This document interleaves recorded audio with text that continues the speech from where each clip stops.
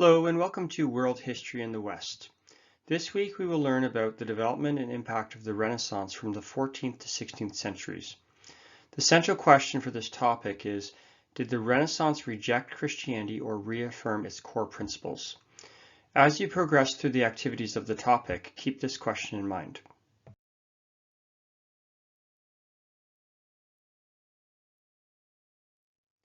The Renaissance was a transformative development in Western history. Much of our present world is connected to the changes that resulted from the Renaissance. From education to art and religion, the lasting impact of the Renaissance is felt to this day. But did the Renaissance truly impact everyone who lived through it, or just the elites of society? Did the Renaissance reflect authentic Christianity, or instead represent a cultural political version? Lecture context. Location, Western Europe. We can further divide that between the Italian city-states and Northern Europe. The Renaissance had a different spin in those two different places. Location, 1350s to the 1600s. Lecture topics, what was the Renaissance? Humanism versus Christian humanism. From city-state to nation-state, again focusing on the Italian city-states there. Renaissance life. And the central question of the topic, did the Renaissance reject Christianity or reaffirm its core principles? What was the Renaissance? The word Renaissance means rebirth. From 1350 to 1600, there was a quest across Europe to rediscover the ancient learnings of Greece and Rome. The movement started in the Italian city-states and would spread across Western Europe. As it spread across Europe, its definition and impact varied. In Northern Europe, there was an attempt to more deliberately fuse the Renaissance with Christianity, and this became known as Christian humanism. The promotion of education, in particular humanities, was central to the movement.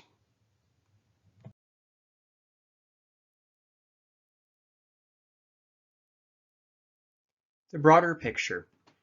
There is no rigid starting date for the Renaissance as with the Reformation. From the 1300s to the 1600s, the Renaissance occurred across Europe. This overlapped with other movements like the Reformation, the Enlightenment, and exploration and expansion. Humanism is derived from the Greek word humanitas, which means new era.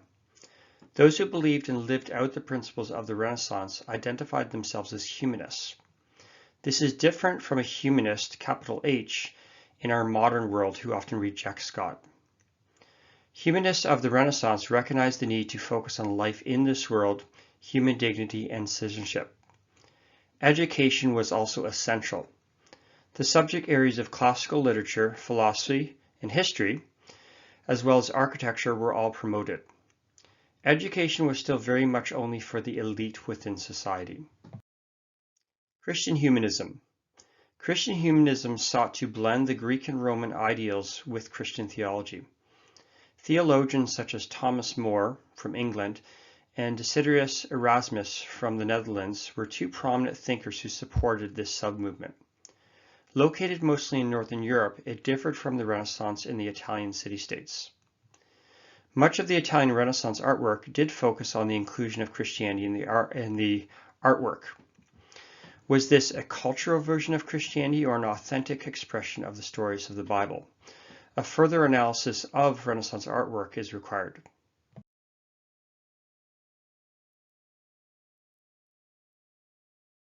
Origins of the movement. The Renaissance was started in the city-states of what is now Italy. Italy did not become a unified state actually until the 1860s. The prominent city-states were Venice, Genoa, Pisa, Milan, and Florence. The de' Medici family of Florence helped to fund the movement through their immense wealth. These city-states were often in competition with one another. Most city-states were ruled by oligarchies, which means ruled by a few in their own interest, or by powerful families. The Italian city-states. Geography, natural resources, trade, commerce products, and military strength were factors in conflict. Genoa and Venice required stronger navies due to their location next to the seas, while northern states were protected from other nations due to the mountains that surrounded them. The Wars of Lombardy took place starting in 1423. They were fought between Venice and Milan. This is different from the Italian Wars, which took place from 1494 to 1559.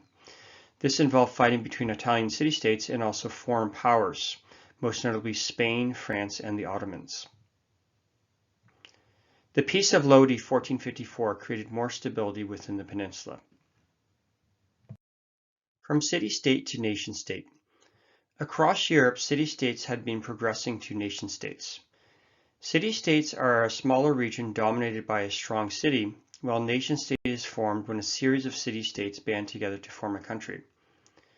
This process starts when city-states send diplomats to each other. Trade relations increase, a common culture develops, greater cooperation together against enemies occur. Groups of city-states then form together as nation-states. The nations of England, Spain, Portugal, France, and the Netherlands progressed more quickly to nation-state status as compared to other parts of Europe. Germany did not become Germany as we know it until 1871, while Italy did not unify until 1861. The Holy Roman Empire was a loose affiliation of states rather than a nation-state in the sense of Spain or France. The nation-states of Europe. On the map from 1648, the countries of Spain, Portugal, England, and France are now nation-states. The region of Germany and Austria is a mix of small and large Germanic states loosely affiliated under the banner of the Holy Roman Empire. This was an attempt to re-establish the Roman Empire, which had fallen in 476. This goal was never achieved, and these states remained very divided. Spain and Portugal were now facing significant competition for power from both England and France. The de' Medici family. The de' Medici family were a powerful family from Florence that gained great financial wealth through the establishment of a banking system across Europe. Cosimo de' Medici led the family to prominence during the early 1400s. He and later his son Lorenzo would fund the Renaissance in Florence. They commissioned the architect Brunelleschi to build a dome over the Cathedral of Florence, the Florence Library, and also pieces of art. The de' Medici would even go on to influence the appointment of several popes. They even succeeded in sponsoring a former pirate to become pope.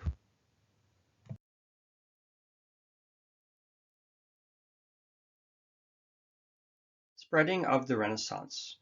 There are different factors that contributed to the spread of the Renaissance. Prominent families like the de' Medici, the printing press developed by Johann Gutenberg in the mid-1450s. The printing press would rapidly disseminate the values of the Renaissance, and education as a whole grew as well, particularly the humanities. The plague also helped to spread the Renaissance. When the plague would arrive in a city, people would flee and therefore spread the ideas as well. Unfortunately, the plague also spread with that. Education revolved around the Renaissance and was also furthered by its development. The plague. The Black Death or plague would sweep through Europe over several centuries, decimating populations. It is estimated that 30 to 50% of Europe died as a result of the plague. World population declined from 450 million to 350 million. The plague raged especially hard across Europe during the 1300s. There were 3 different strains, the most notable being the bubonic variant. The plague was transferred from Asia through trade. Rats, fleas, and poor sanitation contributed to its rapid spread. Black bumps with pus would appear, and death would come within 24 to 48 hours. The picture on the right portrays a plague doctor who wore a beak-like mask filled with aromas thought to protect himself against the plague. The spread of the plague. This map details the regions hit hardest by the plague. When the plague arrived in a town, fear would set in, and the human response was to flee, which resulted in further transmission. People were very superstitious at this time and pursued all sorts of obscure remedies.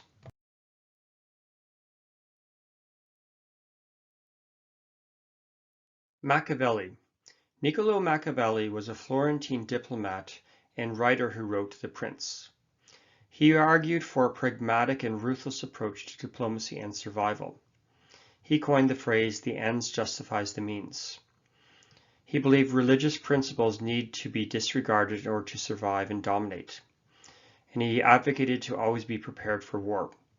His ideas were also influential in the development of nation-states. Machiavellianism is derived from his ideas. Renaissance life. The elites of societies had the time and money to experience the ideals of the Renaissance. For those at the lowest class, little changed. They were still just trying to survive, were deprived of education, land ownership, and other opportunities. They had very little privilege within society. Final conclusions. The Renaissance was a transformational development that was integral to the continuing evolution of the West. However, the true objectives of the Renaissance in relation to Christianity remain arguable. Regardless, the Renaissance changed education, the structure of European society, and many other areas.